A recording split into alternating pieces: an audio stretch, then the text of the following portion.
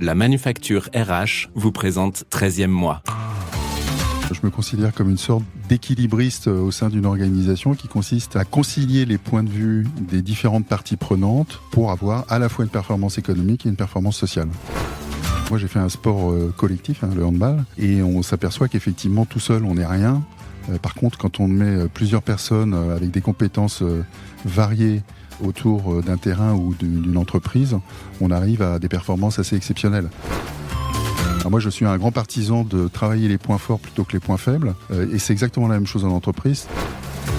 On est dans un groupe où on a une capacité à pouvoir s'exprimer sur n'importe quel sujet qui est assez incroyable, et quel que soit le niveau dans l'organisation. Le fait de dire à un candidat qu'il n'a pas de période d'essai, qu'on ne prévoit pas de période d'essai pour lui, est un signe manifeste de confiance. Tu te dis, ça fait vraiment écho avec les valeurs de l'entreprise. Papa, c'est vrai que tu licencies des gens ? C'est la phrase que ma fille m'a prononcée un matin sur le chemin de l'école. Je suis Flaubert, ancien DRH et fondateur de la Manufacture RH, le spécialiste du recrutement et du coaching des fonctions ressources humaines. Avec 13e mois, je vous propose d'aller à la rencontre de celles et ceux qui font briller les ressources humaines. Qu'ils soient DRH, HRBP, responsables du recrutement ou des relations sociales, ils vont vous inspirer et vous donner une autre vision de ce métier formidable.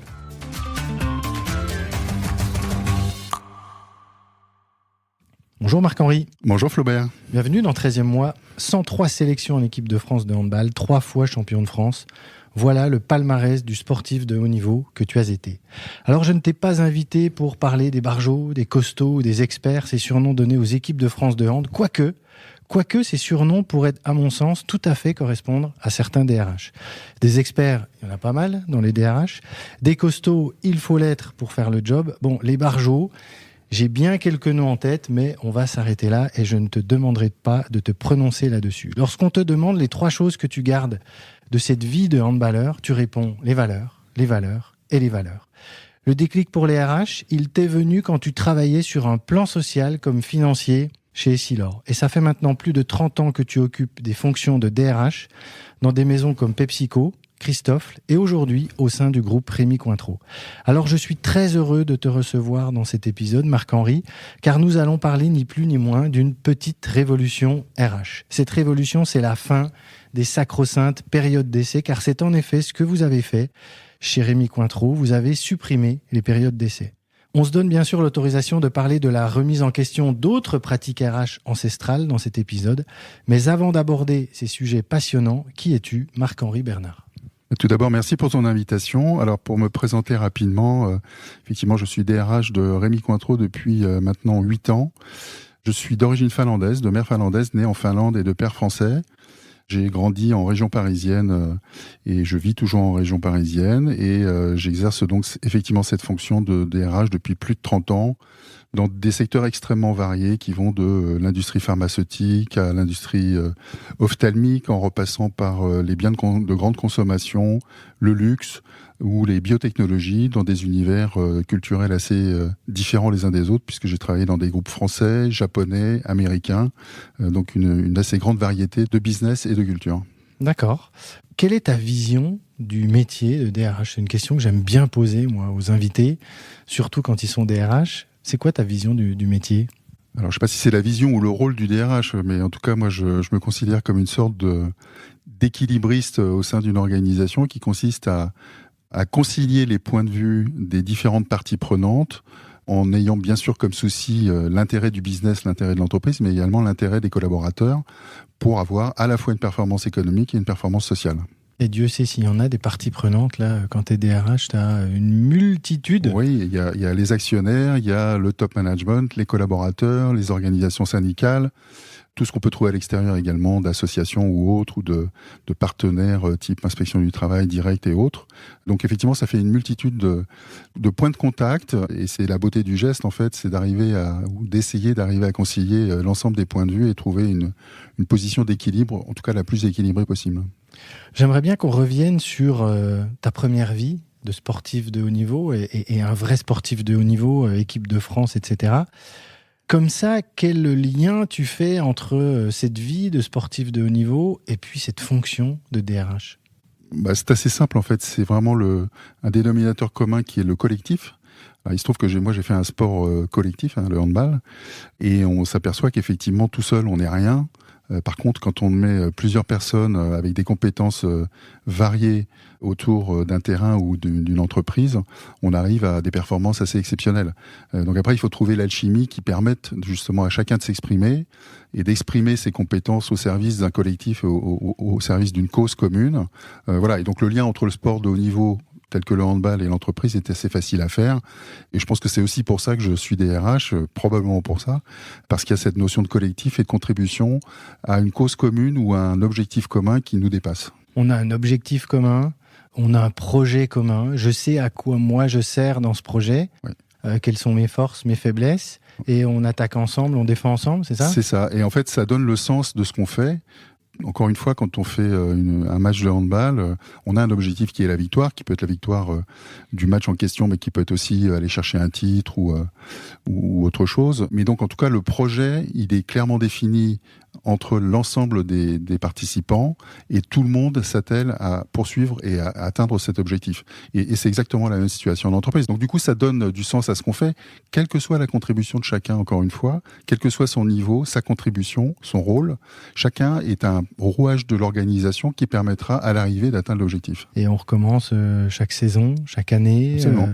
Avec des personnes qui arrivent, des personnes qui partent. Absolument. Et tout le travail du DRH, c'est notamment d'arriver à trouver la bonne combinaison de personnes pour atteindre l'objectif qui est assigné ou qui est poursuivi par l'organisation. Et puis, il y a cette notion aussi de travailler ses compétences, de retravailler ses compétences, de développer ses compétences, dont on entend beaucoup parler aujourd'hui. Oui, absolument. Donc ça, c'est effectivement absolument nécessaire quand on fait du sport de haut niveau. Sinon, on est rapidement dépassé par d'autres, dépassé par les événements. Et donc, on a cette obligation de travailler, de se renforcer. Alors moi, je suis un grand partisan de travailler les points forts plutôt que les points faibles. Et c'est exactement la même chose en entreprise. C'est-à-dire que c'est pas la peine d'essayer de faire d'un collaborateur un commercial s'il a aucune aptitude ou aucune prédisposition pour ce métier. Par contre, s'il a des aptitudes pour faire, je sais pas, de la supply chain, il faut vraiment l'encourager, le former, le développer et faire en sorte qu'il devienne une star de la supply chain. Le sport, c'est exactement la même chose. C'est pas la peine d'essayer de transformer quelqu'un qui n'a pas d'aptitude ou de qualité particulière. Il vaut mieux travailler ses points forts et renforcer justement ses qualités. J'aime beaucoup cette image que tu donnes là. En effet, comme dans le sport, si je prends le tennis, j'ai un bon coup droit, je vais travailler mon coup droit pour qu'il soit encore meilleur et que ça soit une arme de guerre. Ça sert à rien de vouloir trop compenser et travailler mon revers si c'est pas mon truc. Dans l'entreprise, c'est pareil. C'est exactement la même chose. Et moi je l'ai vécu quand j'ai fait du hand. On avait effectivement chacun nos forces, nos spécialités, nos spécificités. Et justement, à l'époque, l'entraîneur, le coach, avait cette capacité à pousser chacun dans ses points forts et à laisser un peu de côté ses points faibles ou ses points d'amélioration parce qu'ils étaient compensés par d'autres. Toi, j'ai vu que tu mettais pas mal de buts, non ? C'est ça ? Tu as un titre, un prix, une saison, c'est ça hein ? Alors, il y a très longtemps, j'ai été effectivement meilleur buteur du championnat de France de première division. Mais cette récompense, en fait, c'était le résultat justement du travail fourni par l'ensemble de mes coéquipiers sans lesquels j'aurais jamais réussi à obtenir cette distinction. Donc voilà, c'était un épiphénomène, mais bon, c'est flatteur, mais en même temps, c'était collectif in fine. Ok. Rémi Cointreau. Rémi Cointreau, alors c'est un nom qui fait partie du patrimoine français. Qu'est-ce que tu peux nous dire sur cette belle maison ? Alors effectivement, c'est une très belle maison puisque c'est un groupe familial français, côté OSBF 120, qui fait à peu près 2000 collaborateurs dans le monde, 1200 à l'international, 800 en France. C'est un groupe qui commercialise donc des spiritueux tels que le cognac Rémy Martin ou Louis XIII, Cointreau bien entendu, mais aussi des whiskies et un certain nombre d'autres produits qui sont plutôt des produits haut de gamme, ce qu'on appelle des spiritueux d'exception. On est présent dans tous les pays du monde quasiment, avec une forte dominante sur les États-Unis, puisqu'on réalise plus de 50% de notre business aux États-Unis, et on réalise également plus de 70% de notre business avec le cognac, donc qui est vraiment le produit phare. Voilà ce que je peux en dire. Donc c'est un groupe dans lequel on a une culture et des valeurs extrêmement fortes, probablement liées au fait que nous sommes une entreprise familiale et qu'on s'attache à essayer de préserver cette culture et ces valeurs. Et c'est ce que tu recherchais, hein, ce que j'ai vu en regardant ton parcours, travailler dans une entreprise plutôt familiale, internationale. C'est important ça ? Oui, c'est important parce qu'en fait, le fait que ce soit un groupe français, je pense que c'est un vrai atout en tant que DRH. Alors pas qu'en tant que DRH seulement, mais pour un collaborateur quel qu'il soit, parce que le centre de décision est en France. Donc on est maître de notre destin entre guillemets, c'est-à-dire que nous définissons la stratégie du groupe, nous la mettons en œuvre, et elle n'est pas dictée par un siège basé aux États-Unis, à Londres ou ailleurs. Parfois on peut avoir le sentiment d'être des exécutants de luxe d'une stratégie décidée ailleurs par autrui. Donc ça, c'est je pense une vraie force d'être dans un groupe français. Le fait d'être dans un groupe familial est également une force puisque ça permet d'avoir une vision long terme, très long terme même, ce qui ne veut pas dire qu'il n'y a pas de pression, mais en tout cas la pression n'est pas liée au cours de l'action demain matin ou la semaine prochaine. On est vraiment sur des temps longs, et ça fait partie de nos valeurs d'ailleurs, ce qui permet de travailler avec une forme de sérénité un peu différente de ce que connaissent un certain nombre de multinationales dans lesquelles on raisonne plutôt à très court terme, avec des décisions qui peuvent être modifiées extrêmement rapidement en fonction des résultats. Chez Rémy Cointreau, c'est l'inverse, c'est-à-dire qu'on prend des décisions pour un temps relativement long et on s'y tient, ce qui permet de travailler encore une fois avec un peu plus de sérénité et de visibilité sur les événements. C'est important ça quand on est DRH d'avoir ce temps long, d'avoir le temps certainement de mettre en place des choses, de mesurer, peut-être de recaler un peu, mais... Absolument. Et donc du coup, alors après il y a un troisième atout qui est la taille de l'entreprise, puisqu'on est 2000, ce qui n'est pas énorme en soi. On a comme principaux concurrents des Pernod Ricard, des Diageo, qui sont énormissimes par rapport à nous. Donc on a aussi ce côté un peu agile, avec une réactivité certainement plus forte que certains de ces groupes, ce qui donne aussi ce sentiment d'être David contre Goliath et d'avoir à être un peu plus malin, un peu plus agile que les autres pour pouvoir réussir. L'agilité, voilà une valeur importante aujourd'hui dont on a beaucoup entendu parler. Et justement, en parlant de valeurs, quand on a préparé qu'on a échangé, tu m'as beaucoup parlé de culture, de valeurs et d'engagement des collaborateurs. C'est des sujets que tu as beaucoup évoqués. Quel lien tu fais entre justement la culture, les valeurs et l'engagement collaborateur ?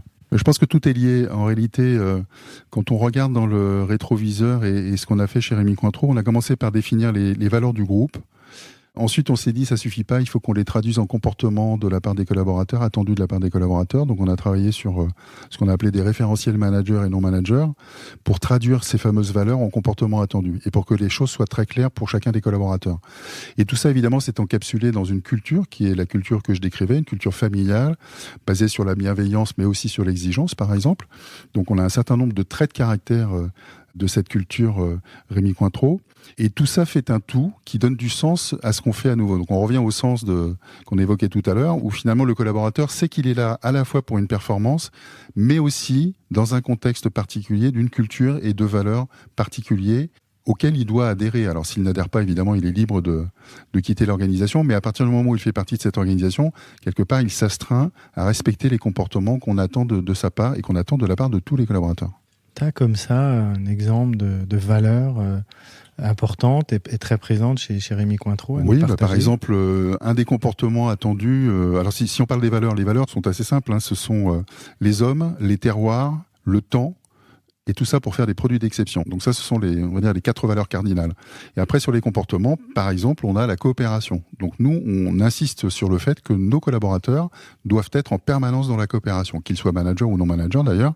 Et donc, on encourage cette coopération. Et pour nous, c'est un élément important, c'est-à-dire que si tu n'es pas dans la coopération, il va manquer quelque chose. Donc ça fait partie des objectifs qu'on peut fixer à un collaborateur chaque année, que serait le fait de s'améliorer sur la partie coopération, parce que moi, en tant que manager, je constate que tu n'es pas assez dans la coopération, ou que tu pourrais peut-être le faire de façon un peu différente. Et donc, ça rentre vraiment dans l'évaluation de la performance, ce qui en fait un élément essentiel, finalement, de la vie du collaborateur chez Rémy Cointreau. C'est pas à côté, c'est dans les objectifs et dans la façon de se comporter chez Rémy Cointreau. C'est intéressant cette notion de comportement attendu, parce que là on est sur du concret. Et quand tu me parles de coopération, je reviens à ce qu'on a évoqué au début de notre échange, le sport, les valeurs du sport. Et j'entends aussi derrière, on travaille ensemble. Il n'y a pas que toi, ton sujet, ton département, mais on coopère et on a un objectif commun. C'est tout à fait ça. Donc on essaie de favoriser ces coopérations. Alors je ne dis pas que tout est parfait, bien entendu, mais en tout cas on s'y emploie et on fait ce qu'il faut pour y parvenir. Et surtout, on responsabilise le collaborateur sur ce type de comportement. Et juste pour terminer sur ce point, sur les comportements, chaque collaborateur n'aura pas le même objectif d'amélioration sur le même comportement, puisqu'on a une palette de 12 comportements pour les managers et de 8 comportements pour les non-managers. Et donc, ce sera aux collaborateurs et aux managers de se mettre d'accord chaque année sur le comportement à améliorer. Donc, ça sera peut-être la coopération pour toi, et ce sera un autre comportement pour moi, parce que les besoins ou les éléments constatés ne sont pas identiques d'un collaborateur à un autre. C'est vraiment personnalisé. Oui, cette personnalisation qui est très importante et qui est de plus en plus de mise, d'ailleurs, dans les entreprises. Les besoins de l'un ne sont pas les besoins de l'autre. Et super intéressant. Ce que je te propose, Marc-Henri, c'est qu'on en vienne au sujet, en tout cas un des sujets dont on a souhaité parler dans cet épisode, ce sont les périodes d'essai. Et le fait que chez Rémy Cointreau, vous avez supprimé les périodes d'essai. Alors, quand je t'en ai reparlé juste avant qu'on commence l'enregistrement, tu m'as dit « Oh, c'est pas révolutionnaire ». Je pense, moi, que beaucoup de personnes qui vont écouter vont se dire « Waouh, les périodes d'essai n'existent plus ». Alors moi, j'avais entendu que la SOR avait fait ça. Oui. Et quand on a échangé, je ne savais pas que vous l'aviez fait. Ça vient d'où ? Déjà, vous l'avez fait il y a combien de temps ? Alors on a mis ça en place en avril 2022, donc ça fait un an pile. Et l'idée m'est venue tout simplement en observant ce qu'a fait la SOR. J'ai effectivement découvert, comme beaucoup, que la SOR avait mis fin à ses périodes d'essai. Je me suis intéressé au sujet en me disant, tiens, c'est original, c'est assez étonnant et intéressant. Et puis en creusant le sujet, je me suis dit, mais c'est une idée assez lumineuse, puisque finalement, c'est une idée qui ne coûte rien, entre guillemets. Donc il n'y a pas d'investissement majeur à la clé. Et donc nous on a pris la décision, alors je dis souvent qu'on n'a pas pris la décision de supprimer les périodes d'essai pour les mêmes raisons que la SOR. La SOR c'était un problème d'attractivité et de rétention, puisqu'ils avaient du mal à recruter, et ils recrutaient notamment en nombre, ce qui n'était pas notre problématique. Par contre, je pensais que le fait de supprimer la période d'essai pouvait tout à fait convenir à matcher avec notre culture et nos valeurs. Puisque tout à l'heure on a parlé de bienveillance, d'exigence, mais on est aussi dans la confiance. La confiance est un élément important pour nous. Et finalement, le fait de dire à un candidat qu'il n'a pas de période d'essai, qu'on ne prévoit pas de période d'essai pour lui, est un signe manifeste de confiance. C'est de dire, votre profil nous intéresse, et on est tellement intéressé par votre profil, et on est tellement convaincu que ça va marcher, qu'on vous recrute sans période d'essai. Donc, l'idée t'es venue quand tu entends, je sais pas, tu as lu un article ou oui, c'est ça. Oui, c'est ça. Et là, tu te dis, waouh, ça peut résonner. Chez nous, il y a du sens. En revanche, le sens, la SOR, c'est on veut attirer plus de monde. Vous, c'est pas vraiment le sujet du moment. En revanche, tu te dis, ça fait vraiment écho avec les valeurs de l'entreprise. C'est exactement ça. Et c'est pour ça que moi, je suis convaincu qu'on peut trouver plein de bonnes idées qui répondent pas nécessairement aux mêmes besoins que les entreprises qui les ont mises en œuvre. Mais justement, en allant regarder ce qui se passe ailleurs, on trouve des pépites finalement qu'on peut exploiter ou qu'on peut exploiter différemment. Le résultat est le même, puisque à l'arrivée, c'est la fin de la période d'essai, mais le but ultime n'est pas identique à celui on va dire, du précurseur ou du pionnier qui était la SOR. C'est exactement pour ça que j'ai fait ce podcast en disant il y a plein de choses qui se font et je souhaite que la communauté RH puisse se dire ah bah tiens, j'ai entendu ça, j'ai envie. D'ailleurs, peut-être que tu seras contacté sur LinkedIn où les gens peuvent passer par moi, mais voilà, pour voir avec toi comment ça marche. Mais on va évidemment en parler. Donc, tu as l'idée, l'envie. Derrière, comment ça se passe en interne ? Quand tu vas voir ta direction générale et que tu dis, bon, moi j'ai une idée, on va arrêter période d'essai. C'est quoi la première réaction ? Alors d'abord, on est dans un groupe où on a une capacité à pouvoir s'exprimer sur n'importe quel sujet qui est assez incroyable. Et quel que soit le niveau dans l'organisation, donc ça c'est déjà une vraie force. Il n'y a pas d'interdit particulier, nous ne sommes pas une entreprise politique, donc on n'est pas à se faire des ronds de jambes ou à essayer d'utiliser les bons termes, de faire du lobbying, etc. On n'est pas là-dedans. Les choses sont assez claires, assez directes et assez franches. Et ce qui fait que quand j'en ai parlé, que ce soit à mon directeur général ou à certains actionnaires, d'abord il y a eu de l'écoute, de l'écoute active, et assez rapidement, les personnes ont été convaincues en me disant oui, pourquoi pas, ça fait du sens, pourquoi pas, voilà. Et donc du coup ça s'est fait assez naturellement et assez facilement, ce qui là aussi est une des forces de Rémy Cointreau, c'est que on peut proposer et suggérer des idées et les mettre en œuvre très rapidement. Donc ça c'est, on va dire, niveau direction générale. Oui. Après, par rapport au manager, c'est engageant quand même de se dire, là, tu vas recruter, mais la personne, il n'y aura plus de période d'essai. Tu n'auras plus ce laps de temps pour te dire, ça le fait ou ça le fait pas ? Alors oui, on n'a pas voulu faire de communication ourbi et orbi sur le sujet. Quand on a lancé cette fin de période d'essai, on l'a faite auprès des managers qui recrutaient à partir du mois d'avril. en leur expliquant, voilà, à partir de maintenant, il n'y a plus de période d'essai. Et donc, la contrepartie, c'est qu'il faut que le recrutement soit encore meilleur. Puisque derrière, il n'y a pas de filet et qu'on ne peut pas se permettre de recruter des personnes qui ne feraient pas l'affaire dans quelques semaines ou dans quelques mois. Donc, du coup, on a mis la pression sur les managers et on a aussi mis la pression sur le binôme des RH, managers opérationnels qui recrutent. En leur disant, voilà, quand vous allez recruter, et si vous choisissez par exemple Flaubert pour le poste en question, vous signez de votre sang pour que ce soit Flaubert. Vous êtes sûr que c'est Flaubert ? On est bien d'accord. Ça doit être la bonne personne. Il faut que ce soit la bonne personne et il faut que vous soyez d'accord entre vous. Il faut que vous soyez totalement convaincus. Donc du coup, ça renforce à la fois la coopération entre les RH et les opérationnels et ça met un peu plus de pression sur le niveau d'exigence du recrutement en question. D'accord.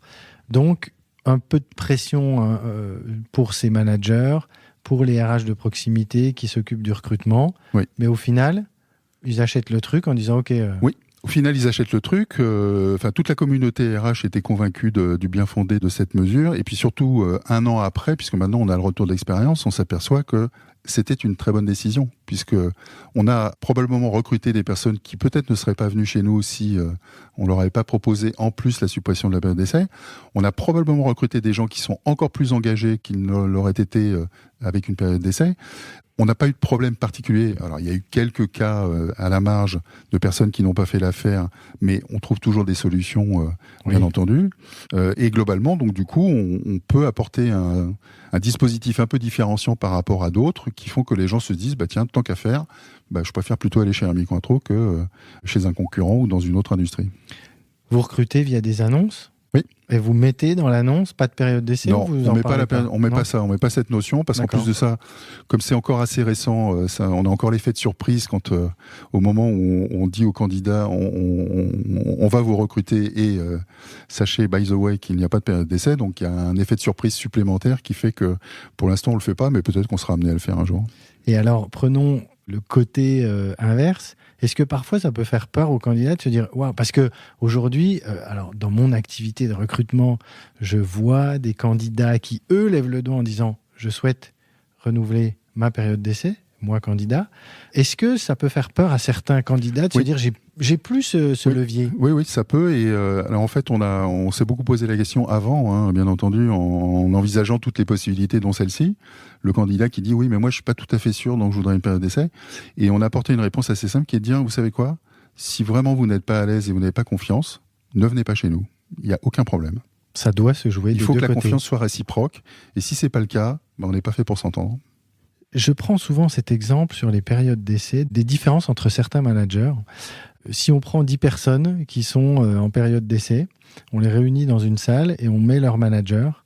Je suis certain que le manager qui a un problème avec la personne en période d'essai connaît par cœur la date de fin de la période d'essai, là où celui qui n'a pas de problème ne connaît pas la date de fin de période d'essai. Pour autant, pour le candidat, c'est un vrai sujet. Quand il rentre chez lui le soir ou quand il est avec ses amis, t'en es où dans ta période d'essai? Là, c'est un vrai... Vous avez enlevé quand même un vrai truc. En fait, moi, j'y vois au moins 2 avantages. Le premier, c'est pour les jeunes candidats, pour tout ce qui est obtenir un prêt immobilier, un crédit, etc. Puisque tant que les personnes ne sont pas officiellement en CDI sans période d'essai, c'est compliqué, c'est même impossible. Et puis le deuxième atout, c'est pour des personnes qui ont une expérience supérieure, on va dire. Si demain matin, je vais chercher un candidat dans une industrie des spiritueux ou une autre qui est depuis 15 ou 20 ans dans son entreprise, la personne va avoir peut-être quelques réticences à rejoindre Hermie Cointreau en se disant oui, mais en fait je peux sortir pendant la période d'essai et donc je vais perdre mes 15 années d'ancienneté dans l'entreprise dans laquelle je suis. Et là en fait ce frein est totalement levé. Et voilà, donc finalement quelle que soit la population, la typologie de population, il y a grosso modo que des avantages. Ok, beaucoup d'avantages à ça. Et bon, c'est vrai que c'est un sujet, moi, que je trouve assez disruptant parce que c'est, à part l'Assor, j'avais jamais entendu parler d'une autre entreprise. Alors, tu l'as dit, on l'a fait plutôt pour nos valeurs, pas pour travailler l'attractivité. Pour autant, est-ce que tu penses qu'en termes d'attractivité, ça a pu déjà changer quelque chose? Alors, c'est compliqué à dire, on n'a pas d'éléments pour le dire précisément, mais je pense que comme pour, je dirais, l'attractivité au sens large de Hermie Cointreau, le bouche à oreille fait son ouvrage. Et finalement, les gens, quand ils commencent à se renseigner sur cette organisation, se disent, tiens, c'est une organisation un peu atypique, où Il semblerait qu'on s'occupe correctement des collaborateurs, qu'on les traite correctement. C'est une industrie qui va plutôt bien aussi. Et puis par ailleurs, effectivement, il y a un certain nombre de dispositifs qui sont peut-être un peu différents de ce qu'on peut rencontrer ailleurs, qui peuvent susciter l'intérêt des candidats. Vous n'avez pas encore beaucoup communiqué sur le sujet ? Non, on commence à le faire tout doucement, mais on n'a pas vocation non plus à communiquer de façon, je dirais, très officielle. Nous sommes un groupe assez discret et on souhaite le rester. Ça fait partie de notre culture. Donc voilà, donc on préfère que le bouche à oreille fasse son œuvre plutôt que de communiquer, je dirais, unilatéralement. Bon, je suis quand même certain qu'en termes de marque employeur, ça peut renforcer les choses et faire pas mal de bien. On peut le penser. Comme ça, là, j'imagine un ou une DRH qui est en train d'écouter, qui se dit pourquoi je ne le ferais pas ? Quels seraient comme ça les 3, 4 conseils que tu donnerais à cette personne-là qui voudrait se lancer dans cette aventure ? Le premier conseil que je donnerais, ce serait déjà de faire un état des lieux. Ce que j'ai fait, puisqu'en fait, moi, évidemment, quand j'ai repris cette idée, je me suis posé la question de savoir ce qu'on faisait de nos périodes d'essai. C'est-à-dire combien de périodes d'essai sont interrompues en cours de route, combien de périodes d'essai sont renouvelées, pour avoir un petit peu la photographie de l'existant. Et je me suis rendu compte que finalement, on ne renouvelait quasiment jamais les périodes d'essai, qu'on ne mettait quasiment jamais fin à une période d'essai, et donc que finalement, la période d'essai ne sert à rien, entre guillemets. C'était un frein. C'était un frein, oui. Donc psychologiquement, ça rassure tout le monde, mais pratiquement, il n'y a pas d'intérêt particulier. Donc c'est pour ça que je me suis dit, mais finalement, autant la supprimer. Ça ne va rien changer. Et de fait, ça ne change rien. Donc, on part des faits, du factuel, des chiffres, on analyse. Et là, on se dit, mais en fait, je suis en train de jouer avec quelque chose qui ne me sert à rien, qui est un frein. Et si je faisais quelque chose d'innovant et qui change un peu la donne ? C'est ça. Et juste un point complémentaire, c'est que même en termes d'administration du personnel, ça évite d'avoir à suivre des périodes d'essai ou des renouvellements de périodes d'essai, de relancer les managers, etc. Donc il y a plein d'éléments finalement qui tombent avec la suppression de la période d'essai qui simplifie la vie de chacun. Donc pourquoi s'en priver ? Ça, c'est le premier élément. Et le deuxième élément, pour revenir à la question sur un DRH qui souhaiterait le mettre en œuvre, je pense que l'autre élément, c'est évidemment de partager cette idée et de trouver des alliés dans l'organisation et notamment dans la communauté RH pour que chacun soit convaincu du bien fondé de cette initiative. Parce qu'effectivement, si on part tout seul au combat, c'est plus compliqué. Oui, il y a un peu d'évangélisation à faire. Absolument. Et puis en discutant évidemment avec le directeur général ou des membres du COMEX pour leur expliquer un petit peu le pourquoi du comment. Voilà, mais pour avoir quelques alliés dans la place et faire en sorte que cette mesure ne tombe pas du ciel et soit pas la décision unilatérale d'un DRH un peu farfelu. Et j'insiste sur cette épée de Damoclès que beaucoup ont oublié, puisque une fois qu'on est depuis 5, 6, 7, 8 ans dans une entreprise, on a oublié ce que c'est qu'une période d'essai.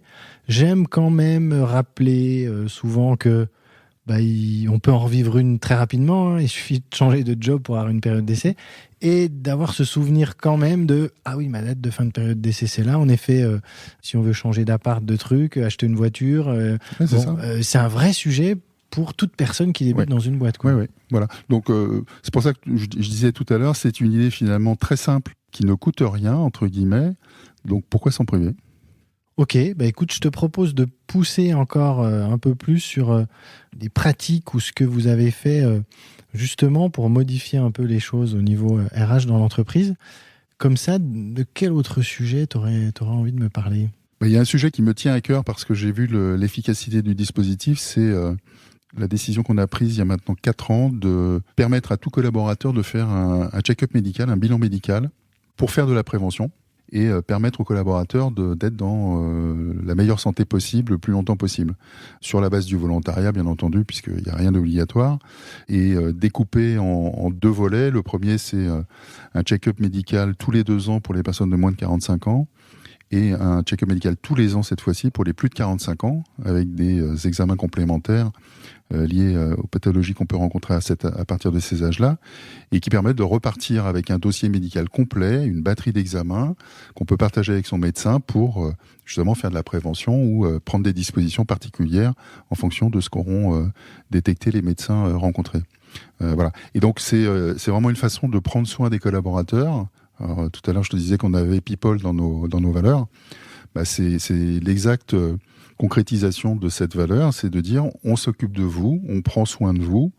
Encore une fois, c'est vous qui décidez. Si vous ne souhaitez pas faire ce bilan, il n'y a aucun problème. Puis de toute façon, c'est couvert par le secret médical. Mais on vous donne la possibilité de le faire parce qu'on pense que c'est important et parce que on considère que le principal capital de notre organisation, c'est vous. Et quand on a un capital, on en prend soin. Donc là, c'est l'entreprise, vous, Rémi Cointreau, qui dit, OK, nous, on prend un prestataire, un cabinet médical pour faire un check-up à toute personne qui a envie de faire son check-up. C'est exactement ça. Donc, ça vient d'où aussi cette idée, cette genèse là, c'est parti d'où? C'est un peu comment dirais-je, je parlais de vision du DRH, je ne sais pas si c'est une vision, mais en tout cas, c'est le fait de s'occuper, de se soucier des collaborateurs et de faire en sorte qu'ils soient dans les meilleures conditions possibles pour être dans une performance au service de l'entreprise. Donc, je parlais tout à l'heure de performance économique et sociale. C'est exactement ça. C'est-à-dire que toute idée qui peut contribuer à ça, autant essayer de la mettre en œuvre, quand on peut, bien entendu, parce que ça dépend des contextes et des moments, mais ça en fait partie. Et donc, c'est une idée qui, effectivement, m'est arrivée ou m'est venue il y a déjà quelques années où je me disais, mais ça ferait du sens de pouvoir proposer ce type de check-up, sachant que moi-même, en tant que dirigeant du groupe, j'ai ce check-up médical comme beaucoup de dirigeants de groupes ici et là, mais en général, c'est réservé à une population très réduite. Et donc là, l'idée, c'était d'élargir, de démocratiser cette notion de check-up médical et de la proposer à chacun. Génial. Et là, ce que je trouve magnifique, c'est cette porosité entre l'entreprise, la vie pro et la vie perso. Il y en a beaucoup qui nous disent « faut qu'il y ait un mur, faut qu'il y ait un mur ». Moi, je trouve magnifique, l'entreprise là, il y a un vrai sens et elle s'occupe vraiment, c'est du care. Oui, c'est du care. Alors après, on respecte évidemment la vie privée, puisqu'encore une fois, on n'a pas accès aux résultats du check-up médical et ça, entre guillemets, ça ne nous concerne pas, ça ne nous intéresse pas dans le sens où c'est pas notre affaire. Et le collaborateur est libre de faire ce qu'il en veut. Donc, il peut très bien faire le check-up médical, le classer verticalement en rentrant chez lui, comme il peut le transmettre à son médecin. Ou il peut ne pas le faire. Ou il peut ne pas le faire. Voilà, c'est sa liberté. Donc, c'est son choix. Génial, génial. Ça, c'est vraiment beau projet, belle idée. Comme ça, là, quel serait, je sais pas, un des sujets, à ton avis, d'avenir sur lequel tu aimerais peut-être t'atteler ou pour toi, il y a des choses à faire Alors, il y a une réflexion que j'ai démarrée il y a quelques semaines, quelques mois, mais qui, de la même façon que pour la période d'essai, est venue d'expériences observées ailleurs, qui est une réflexion sur la rémunération variable. En fait, on se rend compte de plusieurs choses. La première chose, c'est que un certain nombre d'études, pour ne pas dire un nombre certain d'études, très intéressantes et indiscutables, entre guillemets, montrent qu'il n'y a pas de lien entre la rémunération variable et la motivation ou l'engagement. Donc ça, c'est un premier constat. Donc ça va à contre-courant de tout ce qu'on dit. Moi, j'ai toujours eu des boss qui me disaient on met du variable, ça motive. Voilà. Donc la carotte et le bâton, entre guillemets. Donc en fait, c'est pas vrai, ça marche pas ou ça marche plus, peu importe. En tout cas, beaucoup d'études démontrent qu'il n'y a pas de lien démontré entre les deux éléments. Ça, c'est le premier élément. Deuxième élément, on s'aperçoit que, notamment sur les populations les plus jeunes, on commence à rencontrer, chez Rémi Cointreau, mais pas que chez Rémi Cointreau, bien entendu, sur le marché au sens large, on commence à rencontrer des difficultés sur les packages. Pourquoi ? Parce que les jeunes en particulier sont plutôt intéressés par une rémunération fixe, c'est-à-dire du cash qui tombe tous les mois, plutôt que par des éléments différés du type rémunération variable qui est versée l'année d'après, par exemple, ou participation, intéressement, ou d'autres dispositifs qui sont du moyen-long terme. En fait, eux, ce qui les intéresse, c'est du cash tout de suite. Pour vivre. Qu'est-ce que j'ai pour faire la fin du mois ? Exactement. Voilà.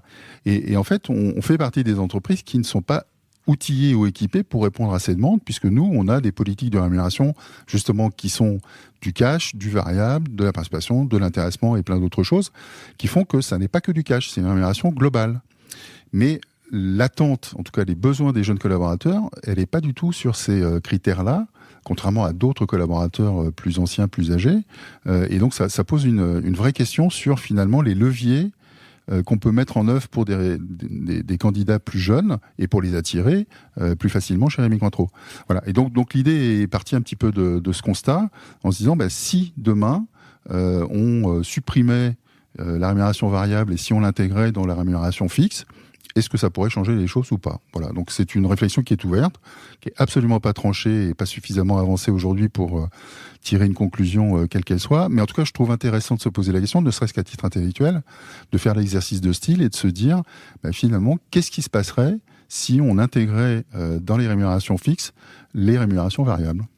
Ça, j'aime beaucoup également de prendre un peu le sujet à contre-courant, un peu comme vous l'avez fait sur les périodes d'essai. Ça, c'est en place, tout le monde le fait. Non, mais ok, on peut se poser la question, sans compter tout ce que ça génère derrière en coûts, en traitement, en prise de tête, en migraine. Exactement. Après, moi j'ai fait l'exercice pour voir les avantages et les inconvénients.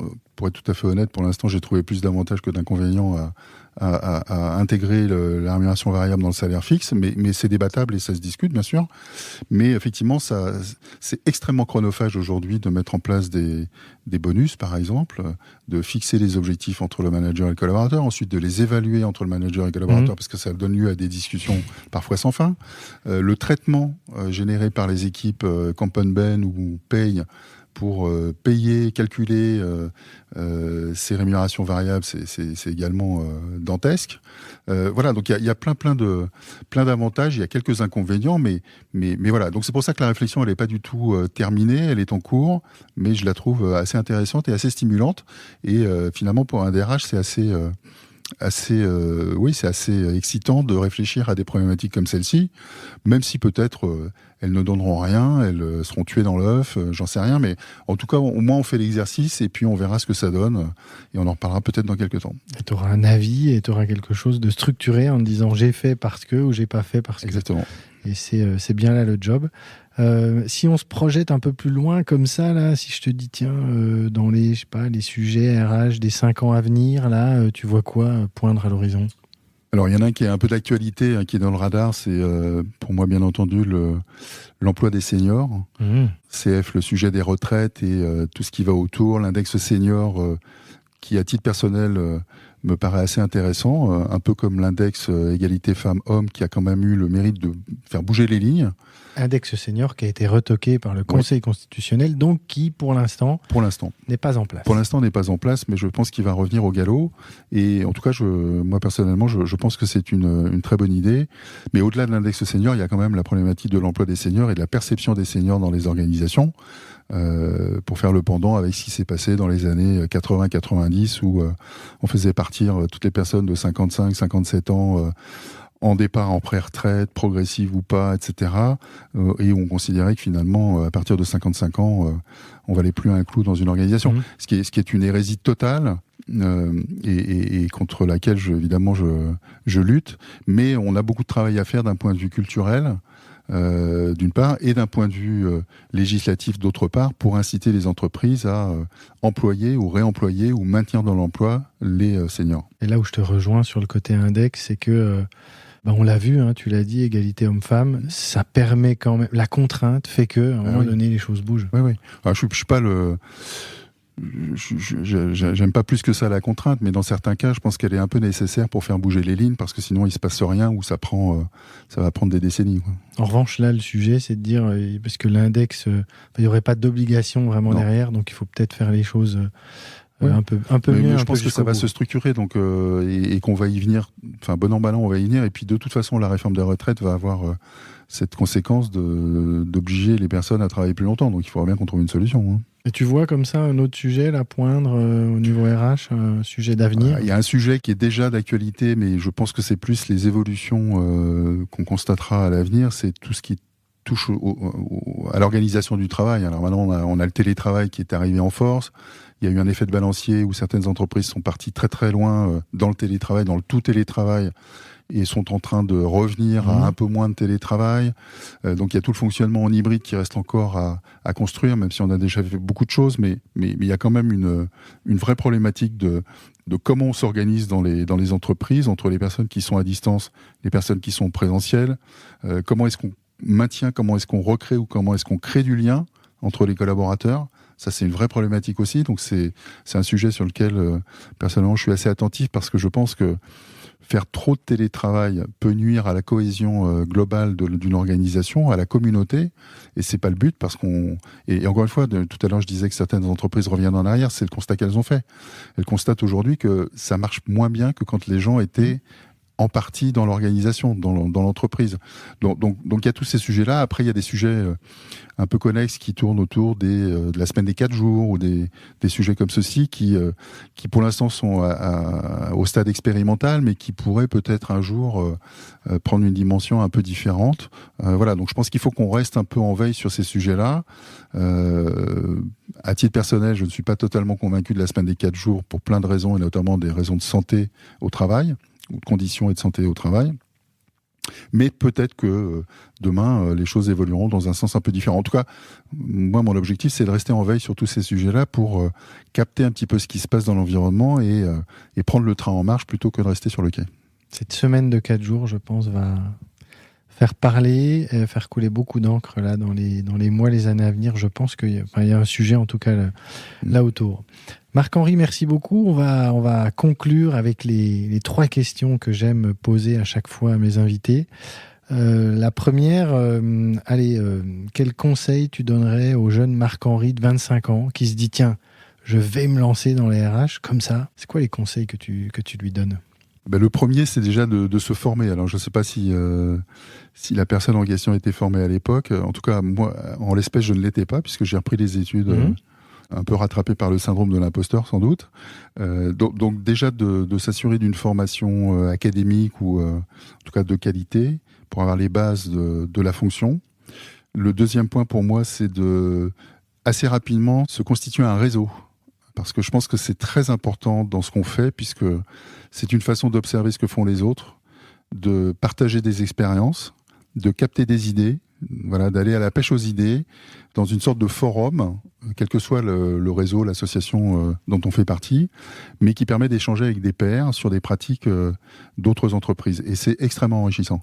Et puis le deuxième point, c'est que c'est gratuit, donc il ne faut pas s'employer. Et puis le deuxième intérêt du réseau, notamment dans un réseau RH, que ce soit la MDRH ou d'autres, c'est que finalement, on a ce cercle dans lequel on peut partager nos problématiques, nos doutes, parce qu'on est plein de doutes quand on fait ce métier, on passe notre temps à douter, on est parfois un peu seul sur la lande dans nos entreprises, et de partager nos problématiques, nos emmerdes avec d'autres DRH qui ont été confrontés aux mêmes situations, ça peut faire du bien.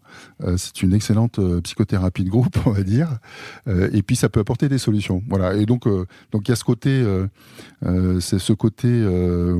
communauté et partage qui me paraît très intéressant. Et puis le troisième conseil que je donnerais, c'est le fait d'être en permanence en veille, curieux, regarder ce qui se passe, s'intéresser, essayer d'avoir une forme de culture générale la plus large possible, pas seulement sur les sujets RH, mais beaucoup plus large que ça, sur les différentes fonctions de l'entreprise, mais au-delà de l'entreprise, sur, je dirais, tout sujet qui peut nourrir la réflexion d'un DRH et faire en sorte qu'à un moment, il se dit, tiens, on pourrait peut-être faire comme ci ou comme ça. D'accord. On rappelle que tu fais partie, toi, du secrétariat national. Oui, je suis au Bureau national de la MDRH, qui porte la voix des 5000 membres DRH en France. Ok. Alors, je sais que tu es un grand lecteur. J'ai vu ça en préparant l'épisode. Quel livre tu emmènerais sur une île déserte? T'en as qu'un à emmener. Alors, je sais que il y a un auteur, là, toi, que tu aimes beaucoup, mais est-ce que tu vas nous parler de lui ou pas? Le problème, c'est que j'aurais du mal à partir qu'avec un livre. Donc, là, mais je pourrais en citer au moins 2 ou 3. Il y en a un qui, pour moi, est une merveille, qui est la biographie de Sir Ernest Shackleton, qui est un explorateur du pôle Sud dans les années 1900 et qui a vécu une aventure incroyable avec son bateau qui s'appelait l'Endurance, puisqu'il a été pris dans les glaces. Et c'est le récit de toute cette épopée où il a emmené 27 coéquipiers, c'est le cas de le dire, et qu'il a réussi à sauver. Donc il a sauvé la vie de 27 coéquipiers après des péripéties extraordinaires, et c'est remarquablement décrit dans un bouquin de Brigitte Lozrec, qui croise à la fois le journal de bord de Shackleton, mais aussi les journaux de bord de ses coéquipiers. Donc elle a croisé un certain nombre d'informations, et c'est extraordinaire en termes de courage managérial, d'empathie, d'altruisme, de bienveillance. C'est un modèle du genre sur le manager tel qu'il devrait être. C'est vraiment une merveille. Le deuxième point, c'est deuxième ouvrage, c'est effectivement un de mes auteurs préférés, c'est Sylvain Tesson, avec Dans les forêts de Sibérie, qui pour moi reste un truc incroyable et que je rêve de dupliquer à ma petite échelle en Finlande, certainement en prenant beaucoup moins de risques, mais avec la même envie de passer du temps dans le silence, dans la nature, avec des bouquins, puisqu'il est parti avec une caisse de bouquins, une caisse de vodka et une caisse de cigares. Bon, je pense que je prendrai pas de vodka, mais en tout cas, je prendrai les bouquins, c'est sûr. Et puis, il y a un troisième livre qui m'a beaucoup marqué, qui est un bouquin qui s'appelle « Ne me dis rien » de Patrick Radden-Keefe, qui est un journaliste américain qui a étudié pendant 4 ou 5 ans le conflit nord-irlandais et qui est tout à fait passionnant, on dirait un thriller. Et c'est juste extraordinaire également. C'est un page-turner et tout est vrai. Et donc ça, c'est assez remarquable. Génial, merci pour ces conseils. Allez, dernière question. Est-ce que tu auras une personne à me recommander pour un futur épisode qui évolue dans les RH ? Oui, alors j'ai un voisin qui est dans le bâtiment, qui s'appelle Rémi Boyer, que tu connais sans doute, qui est le DRH de Korian. Oui. Et qui fait des choses assez remarquables de son côté, que ce soit les transitions collectives ou plein d'autres sujets, en tout cas qui a beaucoup d'idées aussi et qui les met en œuvre dans un contexte évidemment un peu plus compliqué probablement que Rémi Cointreau actuellement, mais en tout cas c'est quelqu'un de qualité et très intéressant. Transition collective avec Monoprix. Oui. Et j'ai reçu Sandra Aslar qui nous avait parlé de ce qu'elle avait fait à l'époque. Donc ça serait une suite logique. Ouais, donc merci beaucoup pour ce conseil. Merci Marc-Henri. Merci Flaubert et puis à bientôt. À bientôt, merci. Au revoir.